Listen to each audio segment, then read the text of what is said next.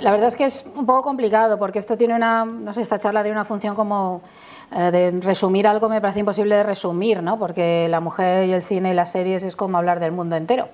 No sé, obviamente está presente desde el principio, ¿no? Entonces lo que he hecho es, bueno, yo creo que voy a lanzar algunas ideas y vamos viendo algunas cuestiones relevantes al respecto. Voy a intentar compartir la pantalla si me sale bien, ¿vale? Voy a esperar un momento y enseguida vemos.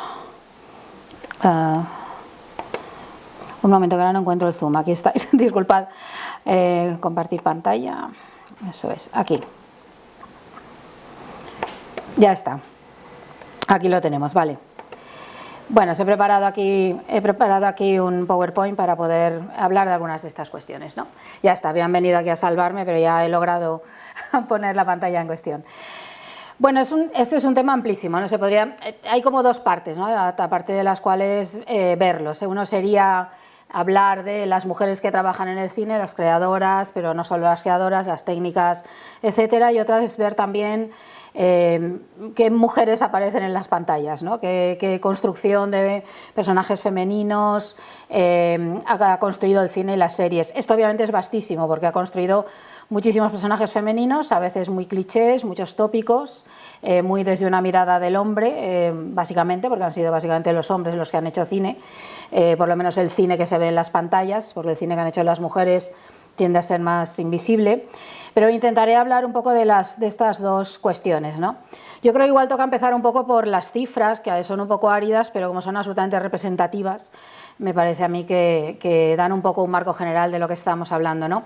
El informe CIMA sobre la producción española de 2019, CIMA es la Asociación de Mujeres Cineastas y de Medios Audiovisuales, podéis entrar en su web y ahí encontraréis todos los informes y otros artículos. Todos los años publican un informe y han publicado este, ¿no? En el cual aparecen las cifras que ahí veis, que son el número de mujeres que trabajan en algunos de los apartados de realización de películas, ¿no?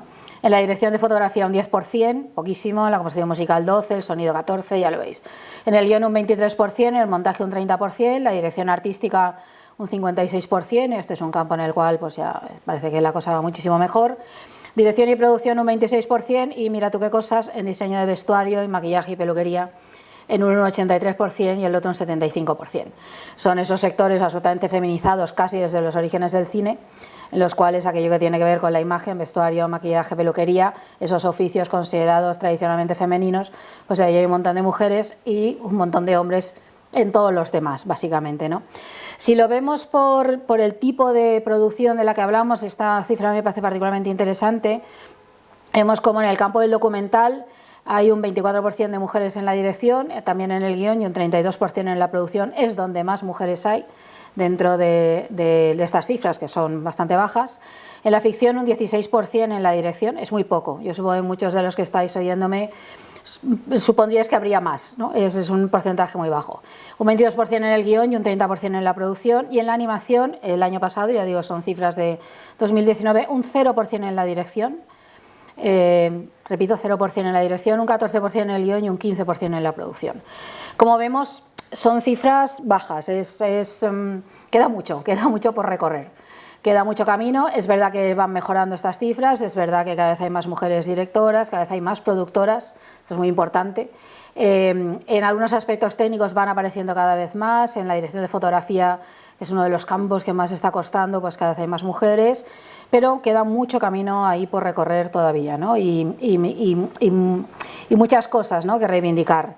Parece que las mujeres nunca han hecho cine, pues como pasa en el campo del arte, que parece que nunca han hecho arte, o en la literatura, o en la de la ciencia, pero esto no es cierto. Y afortunadamente hoy en día, ¿no?, desde que comenzaron sobre todo los estudios feministas a partir de los años 70, pues hombre, se han ido rellenando estos huecos y han ido apareciendo un montón de nombres de mujeres que resulta que sí hacían cosas, ¿no? Y en el campo del cine, desde el principio tenemos una figura pionera que es Alice Guy Blaché, es una de las grandes pioneras del cine. Ella comienza a hacer cine en el principio. De hecho, está considerada una de las primeras personas que comienza a hacer ficción en el cine, en una producción vastísima. Hoy en día ya hay bastantes estudios sobre ella, documentales, y podéis leer gran parte de su obra en internet, ¿no? Ya se está haciendo un trabajo de recuperación importante y reivindicación, ¿no?, de la figura. Ella era productora, directora, era todo, era lo mismo que lo era Méliès, lo mismo que lo eran los Lumière, lo mismo que lo era Gaumont y lo mismo que eran los grandes pioneros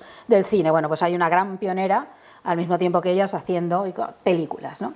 Tenemos otras pioneras, como el caso de Frances Marion, que es una guionista ganadora de 2 Oscars, que parece que esto se olvida, ¿no? Pero de los primeros, en las primeras ceremonias de los Oscars, que hizo un montón de películas. Es cierto que en los años 20 y 30 había muchas mujeres guionistas en Hollywood, muchas más de las que pensamos. Algunos nombres han trascendido y otros menos, pero es verdad que había unas cuantas. Ella ha trabajado muchísimo con Mary Pickford, que era ha sido una de las grandes estrellas del cine americano desde los orígenes de Hollywood, pero, y esto es muy relevante, la traigo aquí, no solo por ser colaboradora, sino porque desde el principio fue una de las grandes productoras. Ella es una de las creadoras de United Artists, una compañía que todavía existe, y era una mujer creadora de cine. Y lo mismo el caso de Lois Bayware, ¿no? Que ella bueno, es otra de las grandes creadoras, directora, la primera mujer que ha dirigido una película, un largometraje de ficción, y que forma parte de todos estos nombres que están ahora como recuperándose, haciendo filmografías y demás, ¿no? Entonces me parece relevante entrar con estas 3 pioneras. No voy a repasar esa historia del cine a través de los nombres femeninos porque creo que tampoco es la función un poco de esta charla, sino de introducir temas. Mujeres que han hecho cine hay muchas, solo he traído 3 de las muchas que podríamos traer porque sus casos me parecen muy significativos. Uno de ellos es Agnès Varda. Agnès Varda, supongo que muchas la conoceréis, pues es una de las grandes creadoras, a ver, voy a decirlo de otro modo, es uno de los grandes nombres del cine contemporáneo. Lo digo así para que se entienda que es uno de los grandes nombres, incluidos hombres y mujeres. Si digo una gran creadora, parece que solo me refiero a las mujeres, trampas del lenguaje, ya lo sabemos esto, ¿verdad? Bueno, pues son de los grandes nombres, ¿no? Hoy en día su obra es muy admirada, sobre todo porque en sus últimas películas consiguió vincular a un montón de gente joven que encontraba en esta mirada de una mujer mayor, pero curiosísima, inteligente y que nunca dejó de interesarse por el mundo, algo que les vinculaba, ¿no? Con películas como Las playas de Agnès o Visage Village, ¿no? Y ahora es uno de los grandes nombres. La veréis a veces referenciada en las historias del cine como, o en críticas, etcétera, como la madre de la Nouvelle Vague o a veces la abuela de la Nouvelle Vague. Esto siempre lo digo, y si alguien me ha oído otra vez sabe que lo siento porque lo repito muchas veces, pero es que me molesta particularmente, porque yo no oigo que nadie diga el abuelo de la Nouvelle Vague a Godard, ni que a ninguno de ellos les llamen abuelos o padres, ni les pongan así parentescos familiares de ningún tipo, ¿no? Ella hace películas, construye películas, crea películas al mismo tiempo que los demás creadores, de hecho un poquito antes, es una pionera, hace Nouvelle Vague antes de que tenga nombre oficial la Nouvelle Vague. Y ella tiene su mundo propio, muy reconocible, es una autora con todas las letras y no es padre, ni madre, ni abuela, ni nada, es una creadora al nivel del resto de los creadores. Y esta es una de esos clichés, ¿no? Que se van aplicando, ¿no? A las mujeres que hacen cine o demás, ¿no? Luego tenemos el caso de Chantal Akerman, que es probablemente uno de los prototipos tal vez, ¿no? De la creadora absolutamente militante, feminista, que hace una obra apabullante en su contenido, ¿no? De esta que nos deja muy clavadas ahí, ¿no? En el asiento cuando vemos sus películas, porque el tema central de sus obras, sobre todo la más conocida, Jeanne Dielman, es digamos el lugar que ocupa la mujer dentro de la sociedad. Esto contado a través de la imagen, de la construcción de la imagen y dando una visión ciertamente un poco halagüeña, ¿no? Y que demuestra un poco ese lugar que ocupa la sociedad, ¿no? Un cine puesto al servicio de esta causa, ¿no? De la visibilización de las mujeres, pero sin olvidar jamás la experimentación estética, la experimentación cinematográfica y demás. Es un modelo de construcción cinematográfica de alguien que entiende que si hay que contar el mundo desde la otredad, desde aquellas que nunca han tenido la palabra o la cámara, a veces hay que hacerlo de maneras distintas a como lo han construido los hombres, y su imagen, su manera de construir las películas es diferente, ¿no? Y un caso español de Pilar Miró, que también me parece muy significativo. Ella sí que es conocida, sobre todo por películas como El crimen de Cuenca, que sabéis que le costó nada menos que un consejo de guerra en la España ya democrática, en la España de la transición, porque es un buen ejemplo de cómo trata a veces la historiografía a las mujeres, ¿no? Cuando se habla de la historia del cine español, sobre todo el nuevo cine español, tenemos muchos nombres presentes, y luego y Pilar Miró, ¿no? Otra vez ese epígrafe, y hay una mujer aquí haciendo cine con ellos, que yo creo que la consideración historiográfica que tiene Pilar Miró pues depende del hecho de ser mujer y no tanto del hecho de ser cineasta. Y es algo que habría que recuperar. Digamos que pesa más en la forma en que se ha hecho el estudio de su obra, el hecho de ser una mujer, que no tanto el hecho de ser una cineasta, ¿no? Y yo creo que esto es algo que habría que empezar a plantear de otra manera y colocarla en el lugar que le corresponde, que es decir, al mismo nivel que el resto de los directores varones que están en todas las historias del cine, no como un epígrafe de señora que hacía cine, mira qué excéntrica. Hoy en día tenemos, aquí solo he puesto 4 de las más conocidas: Claire Denis, Catherine Bigelow, Isabel Coixet y Sofía Coppola.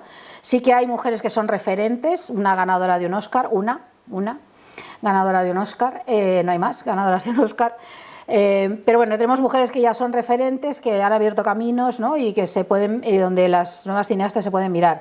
Y además mujeres que hacen un cine muy diferente entre sí: cine autoral, cine de género, cine de alto presupuesto, cine de bajo presupuesto, cine más experimental, y que demuestra que obviamente las mujeres pueden hacer todo el tipo de cine que quieran, ¿no? Lo que pasa es que esto no es tan fácil.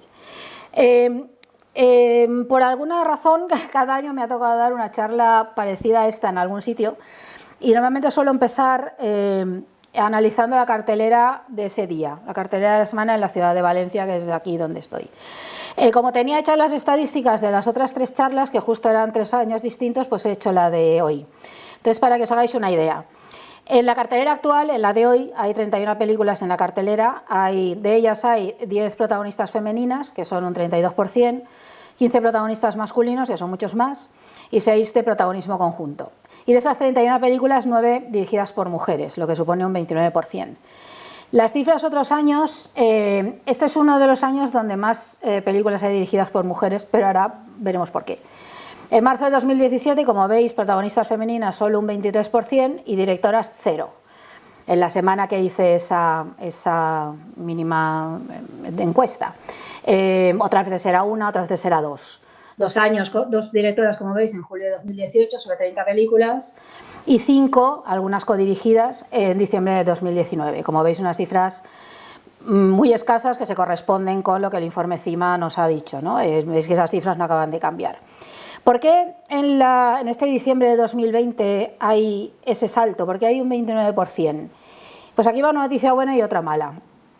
Una es buena, es decir, hay más mujeres. Si veis ahora la cartelera actual hay un 29%, lo cual pues no está mal, teniendo en cuenta de dónde partimos.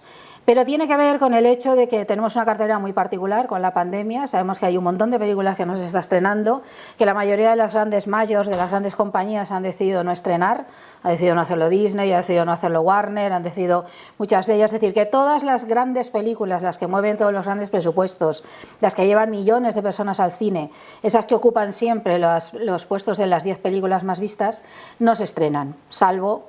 Ahora se va a estrenar Wonder Woman, ¿no? La segunda parte, es la única, dirigida por una mujer. Eso significa, por una parte, está significando que otras películas están teniendo sitio en las pantallas, porque normalmente no suelen tener, porque digamos que todos los grandes blockbusters de acción y fantasía se comen todas las pantallas y dejan muy poco espacio para las demás, y eso es lo que está permitiendo que haya más películas dirigidas por mujeres. Porque son películas pequeñas, porque son películas que no entran dentro de los géneros habituales, porque son películas de menos presupuesto. Porque las mujeres tienden a hacer películas de menos presupuesto, a ver, rectifico, no tienden, digamos que la industria está consiguiendo esto, ¿no? Es la que hace que las mujeres tengan en general menos presupuesto para hacer sus películas, que les cueste mucho más hacer cine de género, que no les confíen grandes producciones de gran presupuesto, de estas que en teoría llevan muchísima gente al cine, etcétera. Digamos que por eso es por lo que se ha producido este hecho de que hay más mujeres ahora. En cuanto vuelva la cartelera a la normalidad, si es que vuelve, y cuando vuelva, porque en fin va a haber muchos cambios que no son objeto ahora de esta charla, es posible que el porcentaje vuelva a ser el que veíamos, ¿no? En los otros años, en esas estadísticas un poco de andar por casa que tenéis ahí, ¿no? Si analizamos un poco las películas que tenemos en la cartelera, y aquí paso a plantear qué mujeres aparecen en las pantallas, no las que están detrás, sino las que vemos, esas mujeres que construyen el imaginario en torno a las mujeres, ¿no? Para el público. Lo que vemos básicamente, todas esas películas que tenéis ahí son las que están ahora en la cartelera, son hombres que hacen cosas y su punto de vista construye el mundo del film. Esto, sé que es una afirmación muy rotunda y hay que matizarla mucho. Evidentemente, es verdad que cada vez hay más mujeres que hacen cosas en las películas, hay cada vez más mujeres protagonistas. Es verdad que algunas cosas están cambiando, afortunadamente, ahora lo veremos, pero digamos que todavía seguimos en este planteamiento de hombres que hacen cosas y que es su punto de vista el que construye el mundo del film. Ahí lo veis todo. He añadido Mank, que no está en la cartelera, se acaba de estrenar en Netflix, pero me pareció una película muy significativa y representativa también de esto, ¿no? Esto no quita, no tiene nada que ver con la calidad de las películas o con lo que cuenten sean más o menos interesantes. Lo único que digo es que lo que vemos básicamente son hombres que hacen cosas y su punto de vista es el que construye el mundo del film. Cuando hay hombres que hacen cosas, claro, las mujeres hacen menos cosas, porque si lo que las películas nos cuentan es lo que hacen los hombres, lo que resulta es que a veces los personajes femeninos tienen una función subordinada a lo que le pasa al personaje masculino. Uno de los personajes principales que le queda a la mujer en según qué tipos de cine, pero muy especialmente en el cine comercial, es el personaje femenino como detonante de la acción masculina, el hombre salvador y la mujer víctima. Yo no encuentro mejor imagen que Drive, que esta película es totalmente de culto, que es un ejemplo perfecto de este concepto de la mujer como un ser frágil, que ha de ser absolutamente protegido por el hombre, y lo tenéis, un hombre guapo, atractivo, el buen mal chico, ¿no?, que parece que se pueda redimir por el amor de una mujer. Este cliché terrible que no cesa y que permanece y que parece que no se irá jamás. Es verdad que cada vez hay menos de este cliché, porque cada vez canta más y digamos que ya lo aguantamos menos, pero es verdad que permanece. Fijaros la foto del ascensor famosa, ¿no?, en la cual es una foto famosísima, ¿no?, él está ahí protegiendo porque va ahí a defenderla de lo que sea que tenga que defenderla. Otros buenos ejemplos de cine comercial tenemos en Colateral o en Misión Imposible 2, en la cual, bueno, son ejemplos particularmente indignantes, son insultantes para las mujeres, ¿no? En Colateral particularmente, tengo yo una cruzada contra esta película, el personaje de ella comienza siendo una aguerrida fiscal del distrito dispuesta a acabar con la delincuencia y con la mafia y la corrupción del gobierno de la ciudad, así la conocemos al principio, y acaba como una pobre doncella llorosa y frágil a la que salva el taxista de turno, que es el taxista que ha cogido el asesino sicario que interpreta Tom Cruise. Porque al final la película va del asesino sicario y del taxista, y cómo a través de esto y por poder proteger a una mujer, ese taxista se convertirá en un héroe de acción, aunque sea un señor taxista que en su vida ha visto un arma. Y ella, ya la veis ahí, convertida en esto, ¿no? Digamos que son estos clichés insultantes, o en el caso de esta visión de Misión Imposible, la película dirigida por John Woo, donde ella es un regalo que se van intercambiando el malo y el bueno, otra vez Tom Cruise aquí de bueno, y van intercambiándoselo en función de quién va ganando la pelea de machos, en la cual van ellos, digamos, exhibiendo todo tipo de armas y aparatos, ¿no?, para demostrar quién gana, que es una de las clichés del cine de acción, ¿no? Digamos que está particularmente crudo el modo en que está planteado en esta película, ¿no? La mayoría gran parte de lo que vemos, sobre todo en el cine comercial, son historias masculinas, aunque no solo en el cine comercial, ahora vemos eso. Y la mujer ocupa un lugar de ayudante y o objeto amoroso, puede ser ambas cosas, ¿no? Aquí tenéis algunos ejemplos de lo que se llama el principio de la pitufina. Si recordáis los pitufos, sabéis que hay un montón de pitufos azules, hay hasta señores mayores, cada uno tiene su carácter, pero solo hay una pitufina. No hace falta que diga más, que pensemos ese mundo absurdo, ¿no? Entonces se ha dado en llamar principio de la pitufina a ese montón de películas en las cuales hay un montón de hombres y una mujer para justificar que hay una mujer ahí en la acción. Ahí tenéis ejemplos, el de Star Wars es perfecto, las primeras, que son el episodio 4, 5 y 6, donde la princesa Leia es esta función, está ella sola en un mundo de hombres. En Guardianes de la Galaxia el personaje de Gamora, o en las primeras temporadas de Big Bang Theory el personaje de Penny, o en Hawaii 5.0, esta serie donde ya veis ahí hay 1, 2, 3, 4, 5, 6 caballeros, cada uno de físicos muy distintos, con tal diversidad, y una chica, que es tan dura o más que ellos, pero ahí está esta chica. Bueno, el caso de Blade Runner, donde el personaje de Joy cumple una función es un holograma que cumple una función de amante para que, digamos, el protagonista pueda mantener relaciones sexuales y tener un desahogo sexual, que a su vez se ofrece como esa especie de mujer mítica, divina, ¿no?, que aparece en esas imágenes, digamos, en un personaje que es una perpetuación francamente asombrosa, dada la fecha, 2017, de un cliché que creíamos un poquito superado, sobre todo en este tipo de películas que se presumen con cierta complejidad.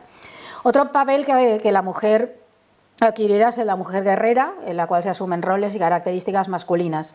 Masculinas con comillas. Este es un rol muy debatido y muy debatido dentro del feminismo, porque por una parte está esa especie de necesidad de, pues eso, de ser la más luchadora, la más fuerte, la que mejor dispara, la que mejor es capaz de hacer una llave de judo, que parece que son características masculinas, es decir, el defenderse mediante la violencia y ser capaz de ganarle a un hombre en una pelea. Pero por otra parte es verdad que presentan un modelo de empoderamiento conflictivo, pero que funciona, es decir, uno en el cual pues ver así a una mujer capaz de enfrentarse a un montón de hombres, ¿no?, y capaz de vencerles en el campo que parece exclusivamente suyo, no deja de tener un papel relevante en la representación de las mujeres y abre el campo de algunas cosas. Pero ya digo, es polémico, porque supone que la mujer, para poder, ¿no?, ocupar una cierta posición de poder, ha de tener que asumir algunas características que igual no nos gustan mucho, ¿no? Pero es cierto que cada vez hay más de estos personajes y también es verdad que cada vez son más diversos, es decir, se les van añadiendo otras cosas que ya no son solo mujeres haciendo papeles de hombres, son mujeres haciendo papeles de mujeres y personajes. Ahí tenemos el caso de Wonder Woman, o el personaje de Imperator Furiosa extraordinario de Mad Max, ¿no?, donde la película se llama Mad Max, pero en realidad la protagonista es ella, ¿no?, un personaje de acción, de mujer poderosa, empoderada y violenta, pero digamos que abre muchos caminos, ¿no? O el personaje de Valkyria en la saga Thor, o en algunos otros de las películas de acción, ¿no?, o las malas, ¿no?, que digamos este ha sido un papel que que las mujeres han tenido muchas veces dentro de las películas, de ser la mala. Pasa que a veces ser la mala es cierto que coloca a la mujer en una situación de ser el otro o la que causa el mal del hombre, pero es verdad que ofrece personajes poderosísimos en general, ¿no?, personajes que sí se enfrentan a la dominación masculina, que sí son capaces de enfrentarse al héroe de acción, y eso, claro, tiene resultados ambivalentes, ¿no? Y el otro gran personaje, ¿no?, o no personaje casi, en realidad no personaje, presencia que el cine dedica a las mujeres es el papel de víctima, claro. Ahí tenéis, bueno, un montón de películas donde básicamente se trata de hombres que matan a mujeres o de mujeres muertas, por el motivo que sea, pero básicamente hombres que matan a mujeres, que es uno de los grandes clichés de la historia del cine, pero que sigue siendo hoy en día, ¿no? No sé, El silencio de los corderos, Frenesí, La Dalia Negra, y tenéis esa imagen brutal que he elegido porque creo que resume bastante bien una mujer desnuda, descuartizada, convertida en un puro objeto, observada por un montón de señores que sí que tienen una función en la sociedad: el policía, el médico, el periodista, el fiscal, el juez, ¿no? Y digamos la mujer, nada, la mujer un objeto muerto y descuartizado, ¿no? Esta imagen ha perdurado mucho tiempo, tal vez una de las que más la ha fijado en nuestro imaginario es Twin Peaks, que creó este modelo de cadáver bello, ¿no?, a partir del cual se construye toda la ficción. Aquí tenéis algunos cuantos ejemplos de series de CSIs, ¿no?, y de todas estas series de crímenes y demás.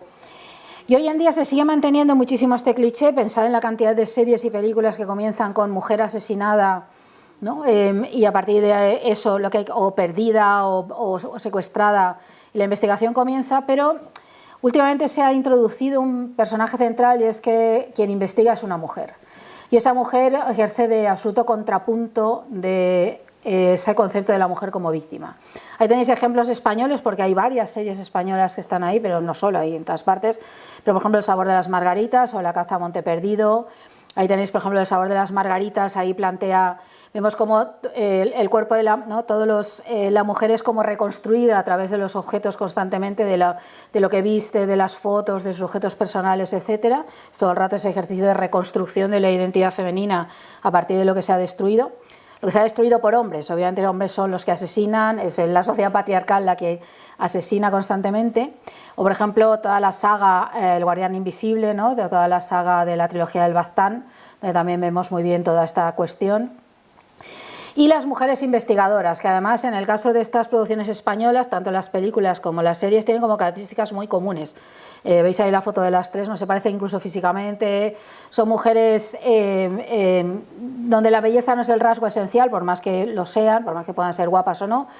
Pero digamos que no se trata de eso, son muy inteligentes, normalmente han de enfrentarse a la comunidad entender qué es lo que está pasando y crean personajes complejos. A mí me parece un campo muy interesante este, ¿no? Y por ejemplo, en el caso de series procedimentales de toda la vida, ¿no? Estas de las series típicas de crímenes, algo que está sucediendo en los últimos tiempos es que las mujeres son las que acaban liderando los equipos de investigadores. Esto no es tan habitual. Si pensáis en series de hace 20 años era imposible prácticamente que hubiera una mujer dirigiendo equipos. Esto sucede en Ley y Orden, Unidad de Víctimas Especiales, muy interesante porque es un proceso de 20 y tantas temporadas que lleva y al final el personaje femenino adquiere un peso enorme y es la jefa, ¿no? Digamos, y su mirada digamos, domina muchísimo todo el relato, igual que en Mentes Criminales, que ha pasado lo mismo, ¿no? Y entonces hay, digamos, una mirada femenina sobre esta posición de la mujer como víctima, que obviamente amplía muchísimo, ¿no? El campo de las mujeres como objeto de representación, ¿no? Otras series como Mindhunter o como The Fall, lo que plantean es esa complejidad. Mindhunter cuenta la historia de la creación de la unidad de análisis de conducta del FBI, es decir, otra vez hombres que matan mujeres, es decir, los dedican a estudiar a los psicópatas, los reales, los que en su momento lo hicieron de verdad, que mataron mujeres, ¿no? Pero digamos lo que adopta es una posición de poner en cuestión todos esos valores de la masculinidad que acaban siempre en violencia contra las mujeres, ¿no?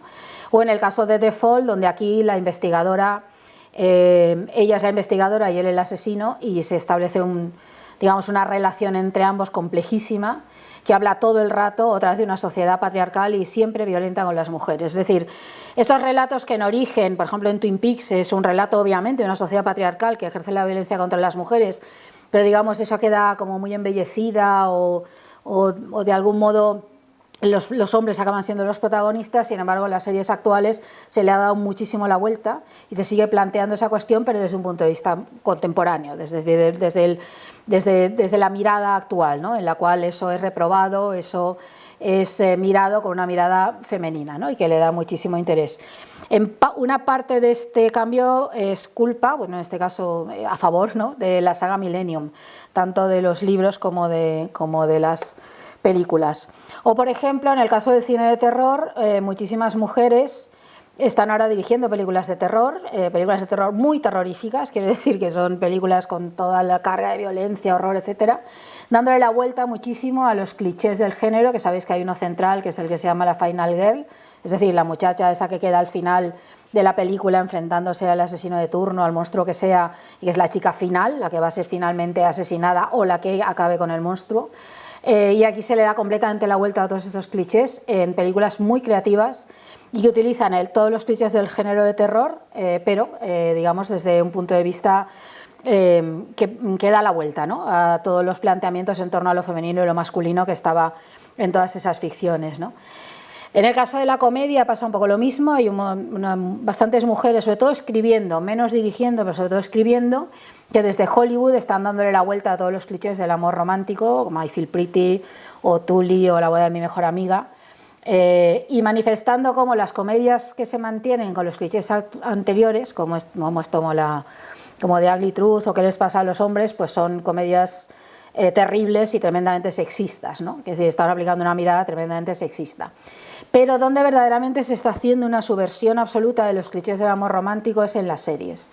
Sobre todo a partir de mujeres creadoras, aunque no solo, también hay hombres que están dándole la vuelta.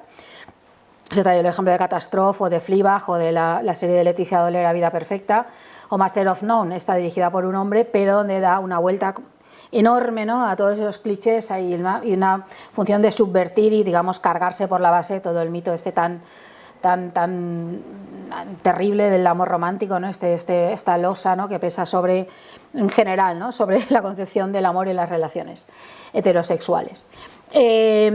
Y también, digamos que, y en esto sí creo firmemente, creo que las que están abriendo hoy en día todo el repertorio de personajes femeninos, las que están creando diversidad, las que están añadiendo personajes femeninos que no se habían visto y que son inéditos, son las series. Tanto en ejemplos como The Good Wife, The Closer, The Bridge, The Good Fight, El cuento de la criada, Big Little Lies, Top of the Lake, Nola Darling, La maravillosa Mrs. Maisel, Glow, Veneno, Killing Eve, están están creando una colección de personajes femeninos que no habíamos visto, mujeres que eran inéditas. Inéditas, desde luego, en el cine comercial, pero incluso inéditas en otras secciones, ¿no? en el más cine de autor o incluso dentro del cine independiente. Están creando personajes femeninos nuevos que se alejan de clichés, que los rompen y están, vamos, deseando romperlos, ¿no? Y digamos que yo creo que las series, tal vez precisamente porque hay una demanda enorme de series y por tanto hay muchísima diversidad, están contribuyendo enormemente a ampliar y a romper con todos los clichés femeninos que se han visto, digamos, a lo largo de toda la historia del cine y de las series. Creo que lo voy a dejar aquí, nos he abierto bastantes temas y muchas cosas y supongo que podemos abrir en algún momento la charla, si alguien quiere plantear algo.